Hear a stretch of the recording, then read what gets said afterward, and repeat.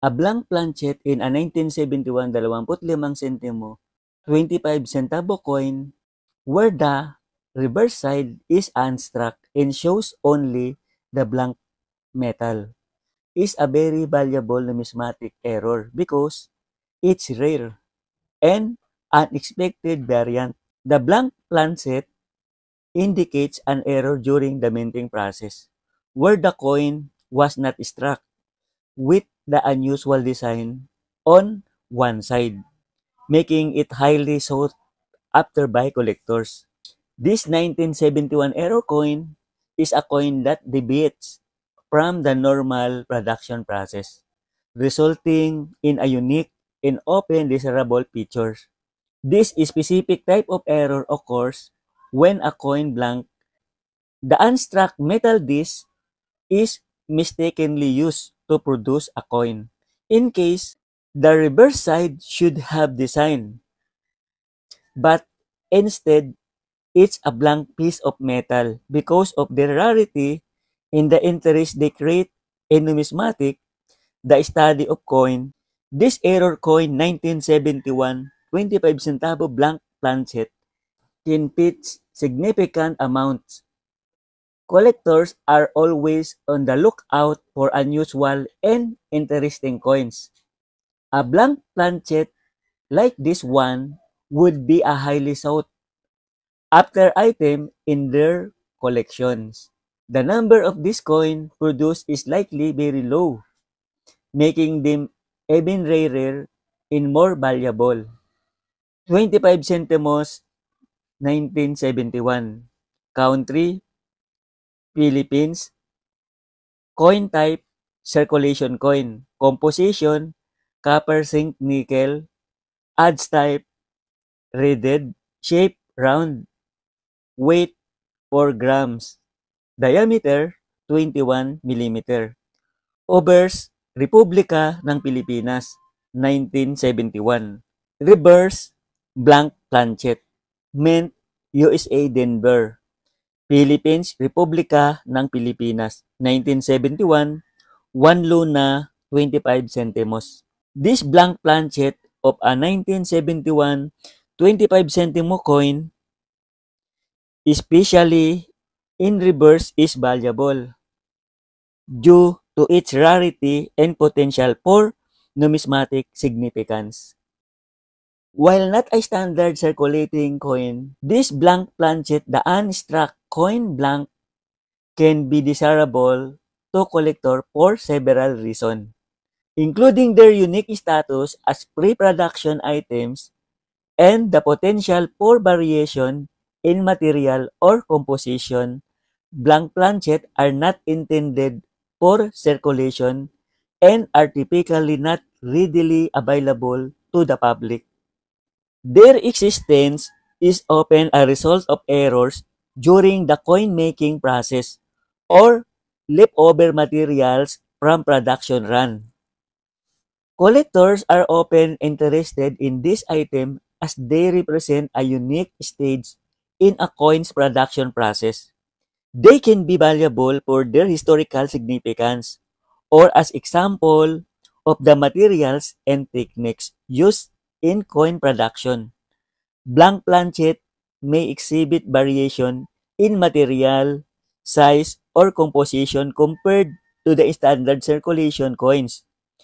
These differences can add to their value in appeal to specialized collectors. The 1971 25 centimo coin itself has historical significance, being one of the earlier design in the Philippine Peso series. Blank planchet associated with this coin can be seen as a tangible link to that historical period. This item is not just coins. This is a unique piece of numismatic history, representing a stage in the coin creation before it was officially struck in place into circulation. If the blank planchet was intended to be a coin but was never fully struck, it could be considered an error coin, which further increases its value among collectors. In essence, this blank planchet of the 1971 25 centimo coin, especially in reverse, is a valuable collectible due to its rarity potential for variation, collector's interest, and historical significance as a pre-production item. In 1971, the New American Standard Bible, also simply for New American Standard, is a translation of the Bible in contemporary English, published by the Lachman Foundation. The complete New American Standard Bible was released in 1971. New revisions were published in 1995 and 2020. The New American Standard Bible relies on recently published critical edition of the original Hebrew, Aramaic, and Greek text.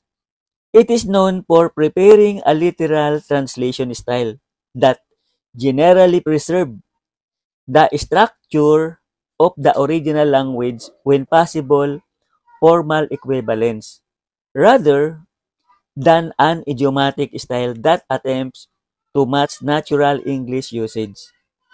A verse emphasizing the importance of reading and meditating on God's Word daily is Joshua 1:8. This book of the law should not depart from your mouth, but you should meditate on it day and night, that you may observe to do according to all that is written in it. Then you will be prosperous and you will have success. This verse encourages a consistent habit of engaging with scriptures, not just for the sake of reading, but for understanding and applying God's word to daily life. It suggests that success and prosperity are connected to a deep and ongoing engagement with the Bible. Joshua 1:8. Keep this book of the law always on your lips. Meditate on it day and night, so that you may be careful to do everything written in it. Then you will be prosperous and successful. These verses highlight the transformative power of Scripture, emphasizing its role in equipping believers, providing instruction, and fostering hope. They suggest that consistent Bible reading is not just a suggestion, but a vital practice for spiritual growth in living a life pleasing to God. Let us pray.